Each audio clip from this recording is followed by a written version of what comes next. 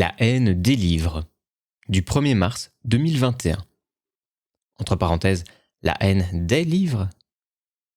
Il est de bon ton, à une époque récente, le XXIe siècle, où l'on crache sur l'intelligence pour lui préférer le culte du pouvoir, de rejeter les livres. Comme tout se vaut, pourquoi se forcer à lire des livres? Car c'est quand même fatigant de faire cet effort intellectuel, puisqu'on n'y trouvera pas la vérité absolue. La vérité absolue, inexistante selon des personnes qui ne lisent jamais, et donc ne savent pas ce que peuvent renfermer des livres, serait l'excuse contemporaine pour fuir l'intelligence. Rappelons qu'avoir l'intelligence de quelque chose, c'est tout simplement le comprendre, pas forcément de manière absolue, mais mieux. Et donc, mieux pouvoir agir vis-à-vis de ce quelque chose, qui peut être quelqu'un ou une notion comme l'amour, par exemple. L'absence, croit-on, de vérité absolue serait une excuse pour ne pas prendre soin de ce qui nous rend spécifiquement humains, entre parenthèses, la conscience et son empathie, pour juste se laisser vivre. Sans se rendre compte qu'en vivant ainsi, on se fait diriger par ceux qui savent exactement où nous emmener, et qui disposent de ce savoir et de ce pouvoir d'après des livres, et pas pour notre bien. Car, oui, il existe dans certains livres des vérités absolues sur le comportement humain. Absolues. Et ces vérités permettent de le diriger à son insu. Et, parmi ces vérités, il existe la vérité absolue que faire croire aux gens que lire ne sert à rien les rendra plus dociles, plus arrogants et dociles, c'est vraiment le cas. Amener les gens à se penser libres de rejeter l'intelligence est une manipulation perverse très efficace si on veut les gouverner sans guère de rébellion réelle.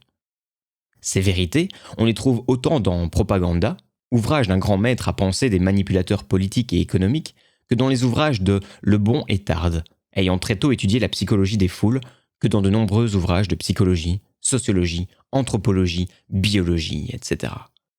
En fait, il n'y a qu'une généralité absolue au sujet des livres. Sans lire, on est prisonnier de ces conditionnements, on n'a aucun recul et il faut donc impérativement lire. Ne pas lire, c'est passer à côté de sa vie à coup sûr. Ne pas lire, c'est laisser d'autres décider du déroulement de notre vie. Et c'est même accepter ça en souriant, tant on est persuadé de penser par soi-même. Pour le reste, il serait aberrant de faire la généralité disant que la vérité absolue est dans les livres. Par contre, on la trouvera avec certitude dans certains livres. Comme avec certitude, on ne la trouvera pas dans les vérités toutes faites d'un public non éduqué. Hannah Arendt affirmait que sans penser, sans se penser, la conscience s'endort, et on devient facilement un monstre. Dans le sommeil de la pensée naissent les monstres. Et pour penser, pour se penser, il faut des livres. Ça n'a rien à voir avec le fait de regarder des vidéos YouTube d'un vulgarisateur qui, ivre de pouvoir, ne maîtrise pas son sujet car son but premier est de produire du spectacle. Le rapport aux images est passif, donc peu profond et éphémère. Lire demande par contre un effort qui conduira à l'appropriation des contenus et donc à la transformation réelle de la conscience. Clément Rosset, dans Le principe de cruauté, explique que la philosophie ne cherche pas à établir la vérité, mais à éviter les erreurs. Il parle d'hygiène mentale.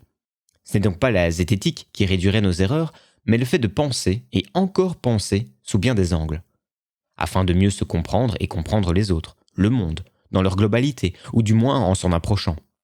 On sait depuis la querelle entre Popper, entre parenthèses le maître à penser des sciences dites dures, et Habermas, que l'approche mathématique et segmentée du monde, celle qui dissèque seulement le vivant, le réduit mais ne relie pas, n'en donne qu'une vision partielle. On sait depuis cette querelle que Popper haïssait la psychologie, l'étude des motivations, et ce que cet homme a été un chantre du néolibéralisme. Penser de manière partielle construit les soumissions et un univers fondé sur le culte du pouvoir et le spectacle divertissant destiné aux gens castrés, c'est-à-dire la majorité. On le sait quand on a suffisamment lu. Il faut donc penser sous bien des angles, par bien des moyens, pour être plus humain et s'émanciper. Le protestantisme, voulant un rapport immédiat à Dieu, a conduit à l'alphabétisation. Celle-ci a conduit à ce que les gens se pensent différemment et accès à la connaissance, à des idées politiques, au recul sur soi. Les statistiques montrent, et c'est sans appel, un lien direct entre la hausse de l'alphabétisation et la baisse de la natalité.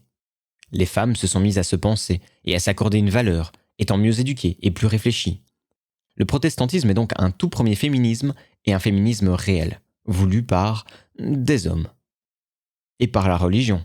Oh merde, moi qui pensais que les hommes et la religion c'était le mal absolu. Ce qu'il faut comprendre, c'est que l'émancipation passe par la lecture. Et il ne faut pas s'arrêter à l'alphabétisation. Plus on monte en niveau de lecture, plus on devient évidemment apte à mieux s'émanciper. C'est bien pourquoi on constate depuis 20 ans une propagande insidieuse pour dévaloriser l'intelligence et ses supports. Vous l'aurez, votre gouvernement mondial. Et le féminisme actuel, nourri de haine des hommes, de théories du genre et autres incultures, nous y conduit. Un féminisme qui hait les livres. Amusant de voir comment, depuis le protestantisme, le même mot ne veut plus vraiment dire la même chose. Alors, Hannah Arendt, Clément Rosset et des milliers d'auteurs dont la pensée nous recrée constamment et nous protège ? Ou le nihilisme présomptueux et arrogant de ceux qui croient savoir et se font encore et encore berner ? Parce qu'après tout, ce qu'on voudrait et qu'on ne croit souvent plus possible, c'est être aimé. Et en amour, comme en bien d'autres choses, en politique comme en autodéfense intellectuelle, on ne s'improvise pas sachant.